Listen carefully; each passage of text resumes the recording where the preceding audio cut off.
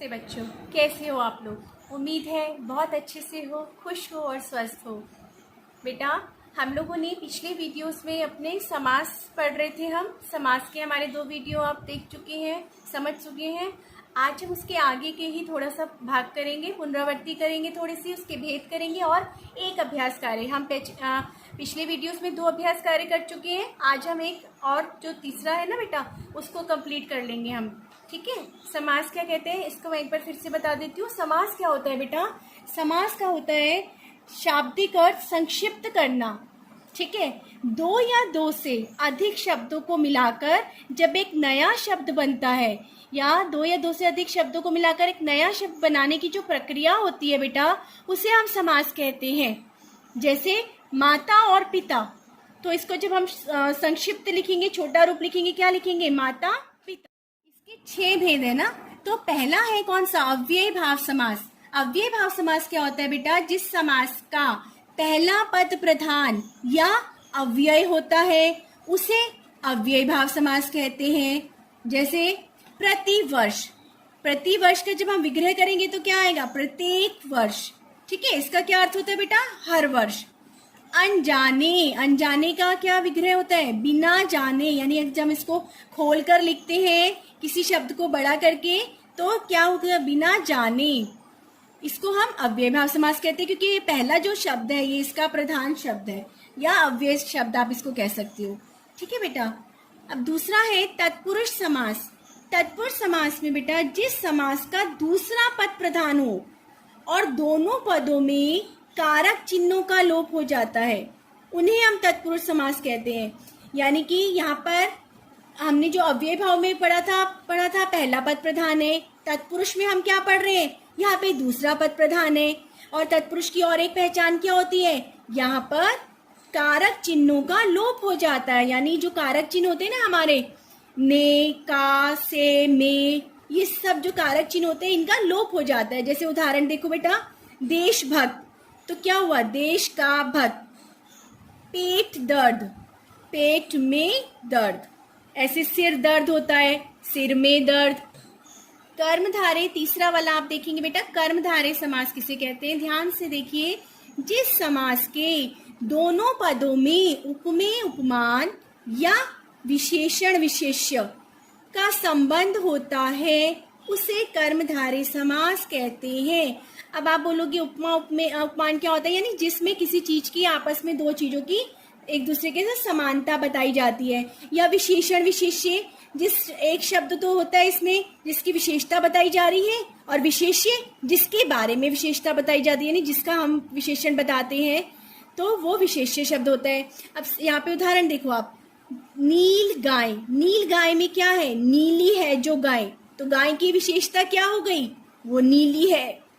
सफेद घोड़ा, सफेद है जो घोड़ा, तो घोड़े की क्या विशेषता है? कि वो सफेद है। आपकी पुस्तक आप देखेंगे तो उसमें उदाहरण दिया हुआ है काली मिर्च, तो मिर्च की विशेषता क्या है? कि वो काली है ना? काली है जो मिर्च, या लाल मिर्च, लाल है जो मिर्च। तो जो किसी चीज की विशेषता बताते हैं या विशेषण विशेष्य का जहाँ संबंध होता है ना बेटा, वहां पे कर्मधारय समास होता है। चौथा देखो बेटा, द्विगु समास। द्विगु समास किसको कहते हैं? इसको नाम से द्विगु, यानी द्विगु में गिनती वाला शब्द होता है बेटा। जिस समास का पहला शब्द संख्यावाचक विशेषण हो वह द्विगु समास कहलाता है। संख्यावाचक जैसे कि चौराहा। अब ये चौ जो शब्द है इसका अर्थ होता है 4, यानी 4 राहों का समूह, इसको क्या कहते हैं हम? चौराहा। हमने विग्रह करा, विग्रह करने पर बड़ा करके हमने खोल के इसको क्या लिख दिया? 4 राहों का समूह, चौराहा। त्रिभुज, त्रिभुज किसको कहते हैं बेटा?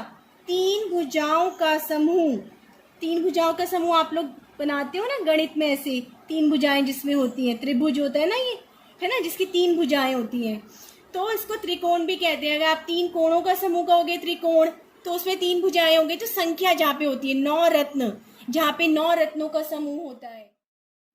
तो आपको समझ आ गया होगा द्विगु में संख्यावाचक शब्द आते हैं। अब 5वां जो है बेटा द्वंद्व समास होता है। द्वंद्व समास में क्या होता है? यहाँ पर जैसे कि नाम से होता है द्वंद्व, यानी थोड़े विपरीत शब्द होते हैं इसमें। द्वंद्व समास में दोनों पद प्रधान होते हैं। तथा विग्रह करने पर और, तथा, अथवा आदि लगता है इनके बीच में। यानी अगर हम इनका विग्रह करते हैं ना बेटा, तो इनके बीच में और शब्द आ जाता है, तथा आता है, अथवा आता है, यानी कोई भी एक शब्द इसमें आ जाता है। जैसे लेन देन, योजक चिन्ह लगा हुआ है लेन देन, अगर आप इसका विग्रह करोगे तो क्या होगा, लेना या देना।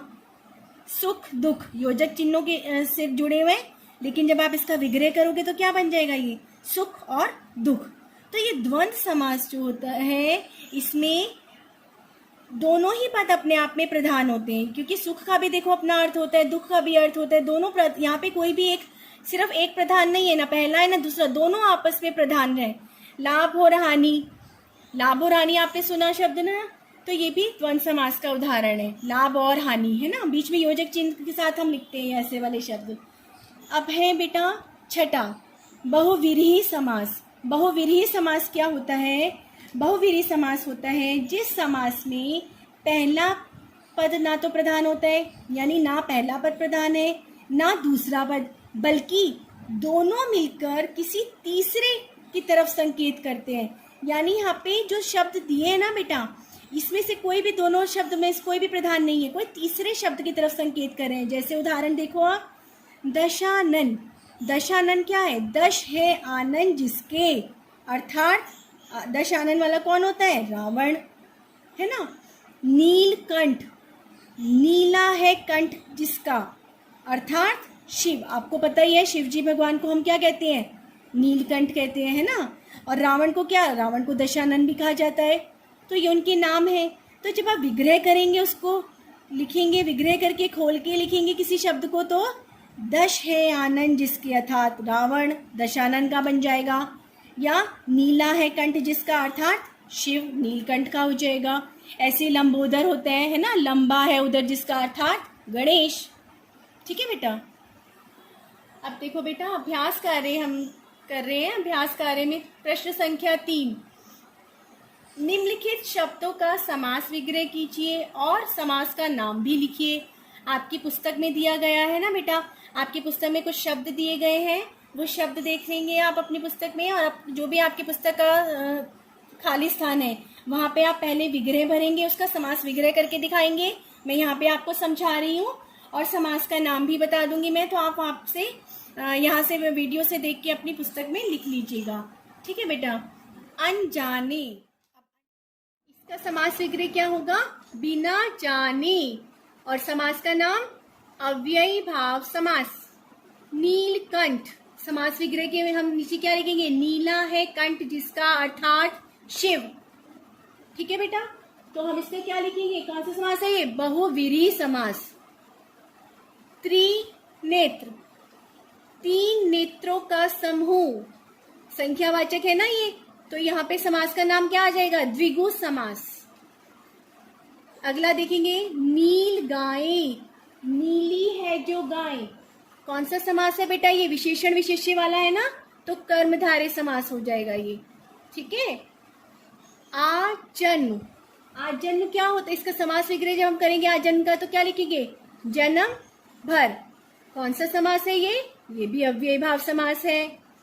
लंबोदर, लंबोदर में हम समास विग्रह क्या लिखेंगे, लंबा है उदर जिसका, अर्थात गणेश। ठीक है। और ये कौन सा समास है, लंबा है उदर जिसका, बहुव्रीहि समास, क्योंकि किसी तीसरे के बारे में बात हो रही है ना बेटा, गणेश जी के बारे में बोला जा रहा है, लंबा है उदर जिसका, अर्थात गणेश, तो ये बहुव्रीहि समास हो गया। फिर है देखो लाभ हानि, योजक चिन्ह लगा हुआ है इसमें, जब इसका समास विग्रह करेंगे तो योजक चिन्ह को हम हटाकर क्या लिखेंगे, लाभ या हानि। और ये कौन सा समास हो गया, मैंने कहा था ना, जब दो विपरीत शब्द होते हैं तो वो द्वंद्व समास होता है। विषधर, विष को धारण करने वाला, अर्थात शिव, तो ये भी कौन से समास का उदाहरण है बेटा, बहुव्रीहि समास।